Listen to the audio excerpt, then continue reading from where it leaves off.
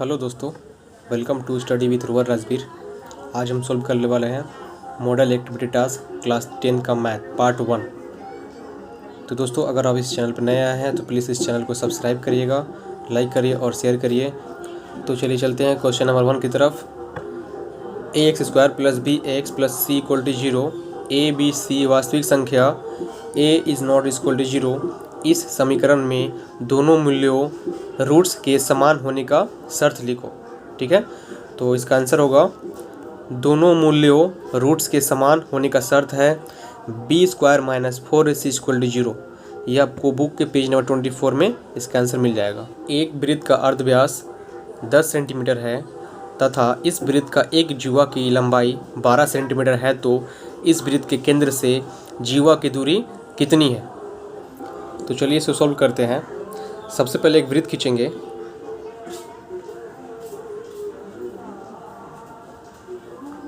ठीक है, और इसमें लिखा है अर्धव्यास की लंबाई 10 सेंटीमीटर है। वृत्त का अर्धव्यास, तो अर्धव्यास होता है केंद्र से आधी दूरी, है ना, वृत्त के किसी कोने तक आधी दूरी। तो मान लेते हैं ये केंद्र है और यहाँ से यहाँ तक एक अर्धव्यास है। ठीक है, जिसकी लंबाई है 10 सेंटीमीटर। इसका नाम रखते हैं O।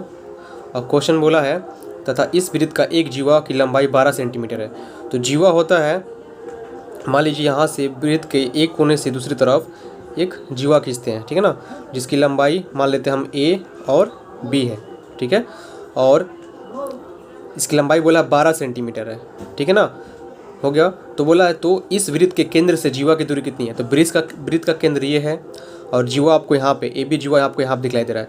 तो यहाँ से मान लीजिए एक लंब खींच रहे हैं। ठीक है, जो काटता है, मान लीजिए यहाँ पे M बिंदु पे काटता है। तो इसी की लंबाई कितनी है या इसी की दूरी कितनी है टोटल पूछना है, ये निकालना है क्वेश्चन में।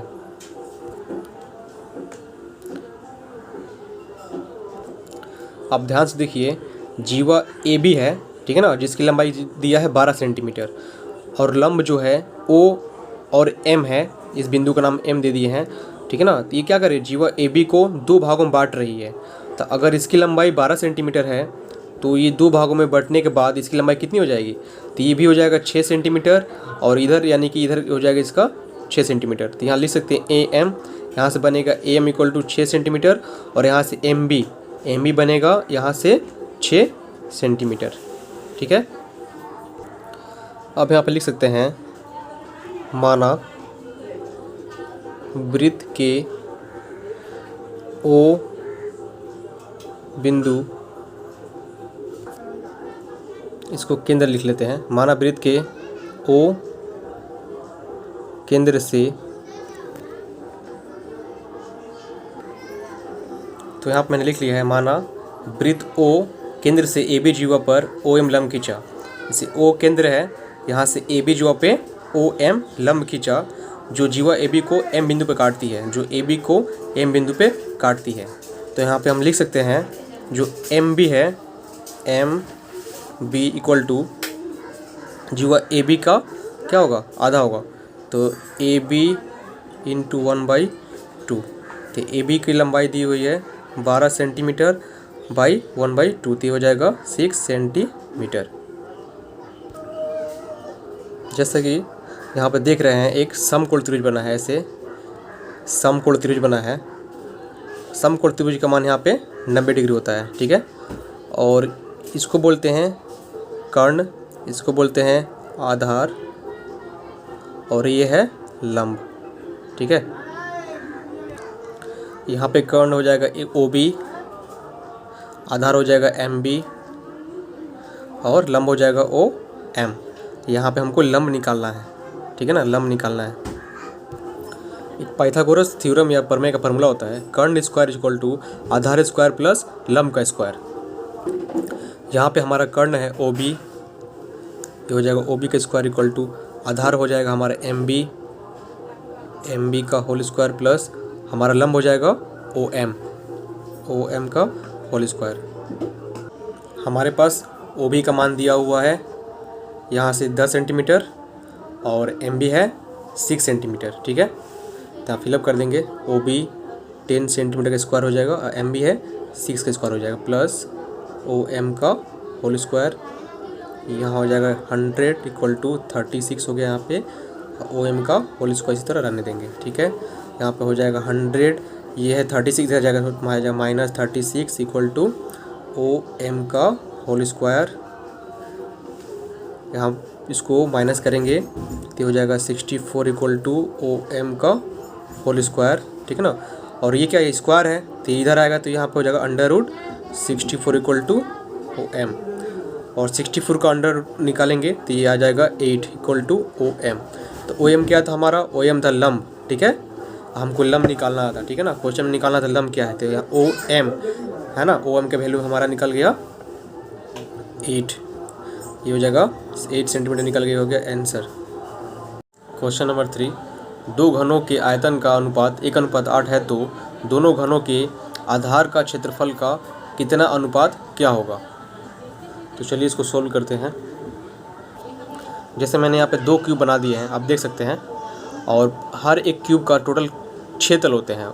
ठीक है ना, कितने तल होते हैं, 6 तल होते हैं। ठीक है, तो हम पहले मान लेते हैं, माना एक भुजा x है ना, ये जो घन है इसका एक भुजा क्या है, x है, और दूसरी भुजा जो है वो है y। हम जानते हैं कि घन का आयतन बराबर होता है भुजा का क्यूब होता है। ठीक है, इसलिए प्रश्नानुसार यहाँ पे दिया है आपका दो घनों के आयतन का अनुपात दिया हुआ है। ठीक है ना, तो जो पहला भुजा है उसका अनुपात कितना हो जाएगा, x3, और जो दूसरी भुजा है उसका अनुपात हो जाएगा y3। इसका मान दिया 1:8। इसको लिख सकते हैं x³ by y³ equal to 1/8। इस हमको x बाई y का होल क्यूब लिख सकते हैं, वहाँ पे 1/8 है तो ये हो जाएगा 1/2 का होल क्यूब। इंडिसेस का एक नियम होता है, अगर दोनों तरफ के पावर बराबर हो ना तो जो बेस होता है वो भी आपस में क्या होना चाहिए, वो बराबर होना चाहिए, इसलिए x by y equal to 1/2 हो जाएगा। अब हम मान सकते हैं लेट x इक्वल टू 1 के और y इक्वल टू 2 के मान सकते हैं। ठीक है, अब हम निकालेंगे घन के आधार का क्षेत्रफल। ठीक है ना, तो घन का आधार का क्षेत्रफल होता है 6 गुणे भुजा का स्क्वायर होता है। ठीक है, तो 6 पहला भुजा कितना है, x है, तो x का स्क्वायर हो जाएगा, ये हो जाएगा पहला। तो यहाँ पर हम लिख सकते हैं प्रथम घन का आधार का क्षेत्रफल इक्वल टू 6x स्क्वायर हो जाएगा, और दूसरे घन का आधार का क्षेत्रफल हो जाएगा 6y स्क्वायर। इसलिए इसको हम लिख सकते हैं 6x square by 6y square. ठीक है, और यहाँ पे हमने x का मान रखा है तो 1 के, और y का मान रखा है 2 के, तो यहाँ पे उसका मान रख देंगे। x equal to 6 into x जब हो जाएगा 1 के का स्क्वायर बाई 6 इंटू 2 के का स्क्वायर, तो 6 से 6 कट जाएगा। ठीक है, तो यहाँ पर हो जाएगा 1 के का स्क्वायर बाई 4 के का स्क्वायर, यहाँ भी स्क्वायर से स्क्वायर कट गया, यहाँ जाएगा 1/4। इसका हो जाएगा आंसर 1:4 आंसर।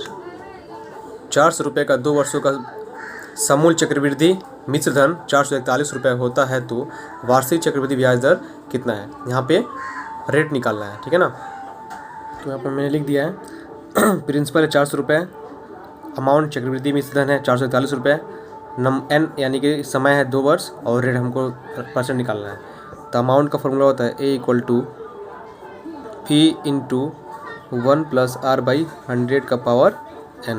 ठीक है, तो अमाउंट दिया है 441, प्रिंसिपल है 400 रुपये, 1 + r/100 का पावर n मतलब नंबर ऑफ ईयर्स है 2।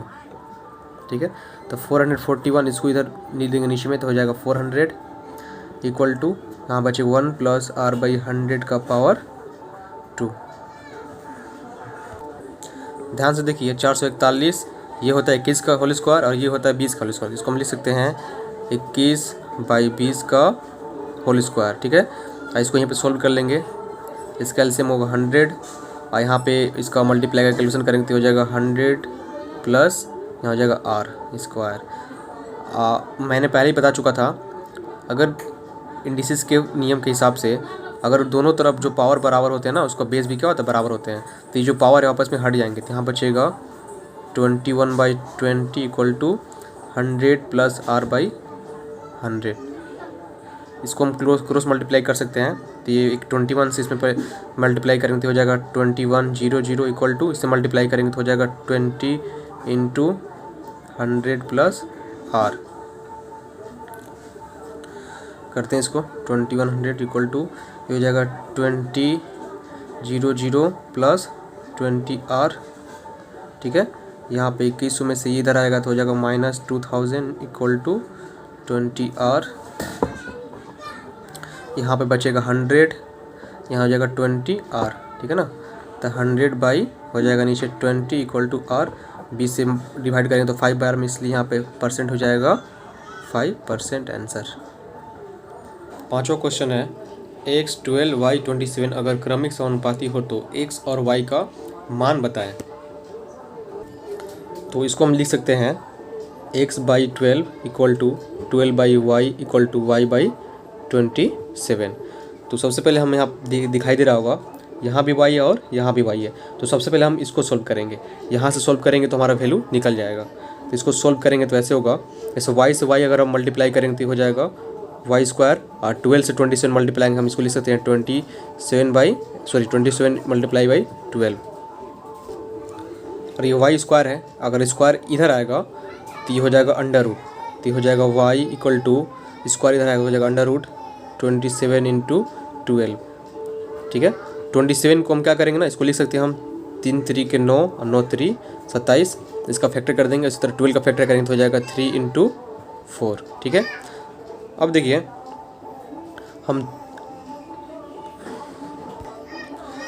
हमको इस अंडर रूट को हटाना है। तो अंडर रूट कैसे हटता है, जो भी अंडर रूट के अगर भीतर में अगर स्क्वायर रहता है ना, तो स्क्वायर से अंडर रूट कैंसिल हो जाता है। तो हमको दिखलाई दे रहा है यहाँ पे 3 और 3 को अगर मल्टीप्लाई करेंगे तो कितना होगा 9।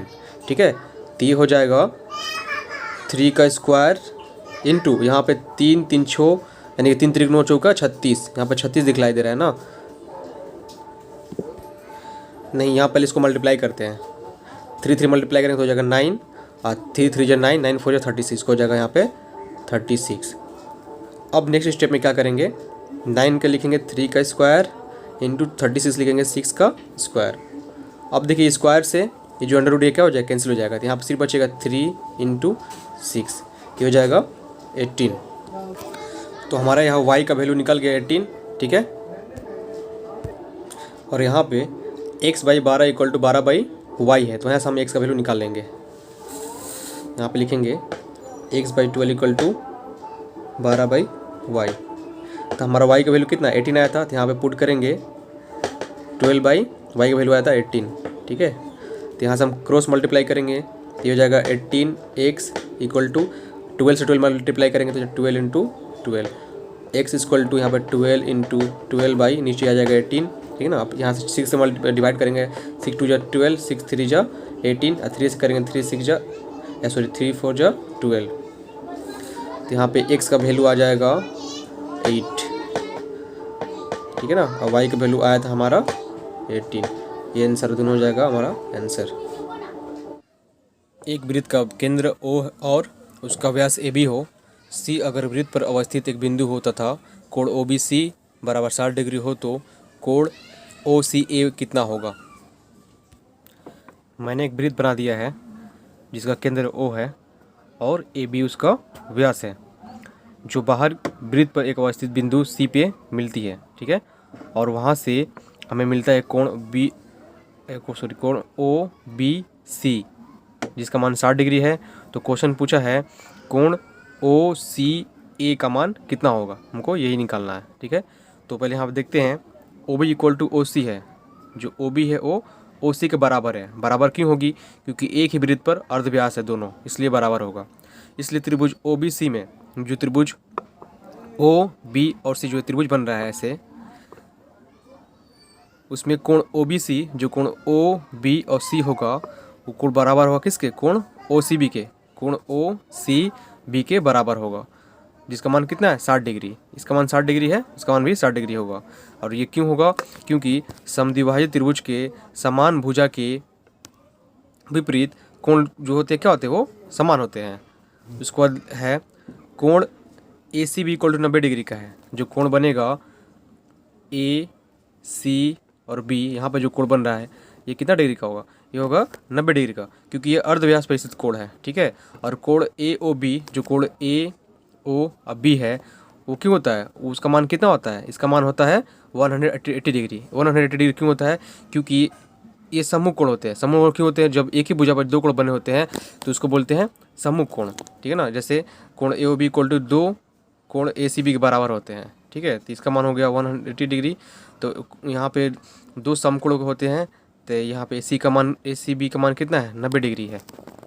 यहाँ पे देख सकते कोण ए सी बी का मान कितना है, 90 डिग्री है।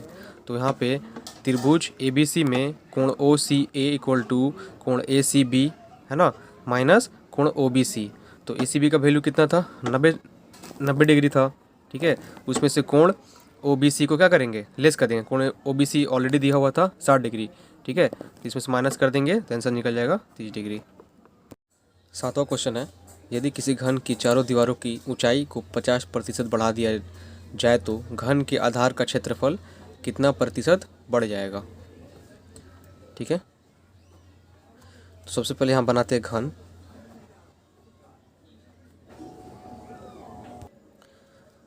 सबसे पहले लिखेंगे माना घन की एक भुजा बराबर x है। तो यहाँ पे क्या करेंगे, हम पहले एक तल का क्षेत्रफल निकालेंगे। तो लिखेंगे घन की एक तल का क्षेत्रफल बराबर, इसका होता है भुजा का स्क्वायर वर्ग इकाई, ठीक है। तो यहाँ पर घन में कितने तल होते हैं, 1 2 3 4 5 6 तल होते हैं, ठीक है ना। तो ये हो जाएगा, इसलिए घन की 6 तल का क्षेत्रफल हो जाएगा 6 इंटू एक्स का स्क्वायर। ये हो गया 6x स्क्वायर वर्ग इकाई। बोला है यदि घर के चारों दीवारों की ऊंचाई 50% बढ़ा दिया गया, तो यहाँ पे हम क्या करेंगे, लिखेंगे घन की एक भुजा को 50% बढ़ाने पर, ठीक है। घन की एक भुजा कितनी थी, x थी, तो x का 50% बन गया, यानी कि x प्लस एक्स इंटू 50%। तो इसका हो जाए x प्लस एक्स, 50% को लिख सकते हैं हम 1/2। इसको करेंगे हो जाएगा 2 × 2 = 3, x plus x/2 equal to 3x/2। अब लिखेंगे घन के 6 तलों का मान 50% बढ़ने पर। तो 6 तल है तो 6 क्या करेंगे, 6, और ये भुजा का स्क्वायर है, यानी कि ये भुजा 3x/2 है, इसको क्या करेंगे, स्क्वायर कर देंगे। तो हो जाएगा 6 इंटू 9x²/4, 2 2 जब 4 कटेगा, 2 3 जस्ट 6, ठीक है। तो हो जाएगा 27x²/2। पहले घन का क्षेत्रफल था 6x², अब इसका क्षेत्रफल बढ़कर कितना हो गया, ये होगा 27x²। तब पता करेंगे कि कितना परसेंट बढ़ा है, ठीक है ना। पहले पता करेंगे वृद्धि, लिखेंगे वृद्धि बराबर, ठीक है ना। तो 27x²/2 में से माइनस करेंगे 6x², ठीक है। तो इसका एलसीएम निकालेंगे, 2 हो जाएगा 27x² माइनस 12x², ठीक है ना। यहाँ पर बचेगा 15x²/2। अब निकालेंगे प्रतिशत वृद्धि, निकालेंगे प्रतिशत वृद्धि बराबर, टोटल कितना बड़ा है, 15x²/2 बड़ा है, और ये किस पे बड़ा है, ये बड़ा है 6x² पे, ठीक है ना। जिस पर बढ़ता है उसको नीचे लिखते हैं। तो यहाँ पे लिखेंगे बाई 6x² इंटू 100, परसेंट के लिए 100 लगाते हैं। अब इसको सॉल्व करेंगे तो हो जाएगा 15x²/2 इंटू 6x² को ऐसे लिखेंगे 1/6x² हो जाएगा इंटू 100। तो इसको करेंगे 2 से, तो जाएगा 50 टाइम में। इसको करेंगे 3 दूनी 6, 3 × 5 = 15, और 2 से फिर इसको काटेंगे तो हो जाएगा 25। यहाँ पर 25 और 5 को गुणा करेंगे हो जाएगा 125%। ये हो गया हमारा आंसर, हो जाएगा 125 आंसर। 8वां क्वेश्चन है, समाधान करें 2x + 1 + 3/2x + 1 = 4। यहाँ पे x is not is equal to 1/2। तो इसको सबसे पहले सॉल्व करते हैं। तो इस क्वेश्चन को आसान बनाने के लिए हम मानेंगे लेट 2x + 1 इक्वल टू इसको k मान लेंगे। इसलिए इसके जब कितना हो जाएगा, इसका वैल्यू होगा k, तो लिखेंगे k + 3/k इक्वल टू 4। अब यहाँ पे इसका एलसीएम निकालेंगे तो वहाँ k यहाँ पर हो जाएगा k² + 3। ठीक है, अब यहाँ से हम क्रॉस मल्टीप्लाई करेंगे तो ये हो जाएगा k² + 3 इक्वल टू 4k। अब 4 को इधर लाएंगे तो हो जाएगा k² - 4k + 3 इक्वल टू 0। अब इसका निकालेंगे मिडिल टर्म फैक्टर। तो इसका फैक्टर निकालेंगे तो हो जाएगा k² - 4k को हम लिख सकते हैं 3k - 1k + 3 इक्वल टू 0। तो यहाँ से हम k कॉमन निकालेंगे तो बचेगा k - 3, और यहाँ से -1 कॉमन निकालेंगे तो बचेगा k - 3 इक्वल टू 0। तो यहाँ पे दोनों कॉमन है तो हो जाएगा k - 3 और k - 1 इक्वल टू 0। इसको हम लिख सकते हैं k - 3 equal to 0, k - 1 equal to 0। k का मान पहले हम लोगों ने क्या था 2x + 1 - 3 इक्वल टू 0। ठीक है, तो हो जाएगा 2x, यहाँ से माइनस करेंगे तो हो जाएगा -2 इक्वल टू 0। 2x इधर जाएगा तो हो जाएगा +2, x का वैल्यू निकल जाएगा 2/2 यानी कि 1। यहाँ पे भी सेम काम करेंगे। यहाँ पे हो जाएगा k का वैल्यू कितना था 2x + 1 था, -1 इक्वल टू 0। तो हो जाएगा 2x + 1 - 1। ठीक है, तो ये दोनों आपस में घट जाएगा, हो जाएगा 2x इक्वल टू 0 और x उधर जाएगा तो हो जाएगा 0। ये हो गया आंसर।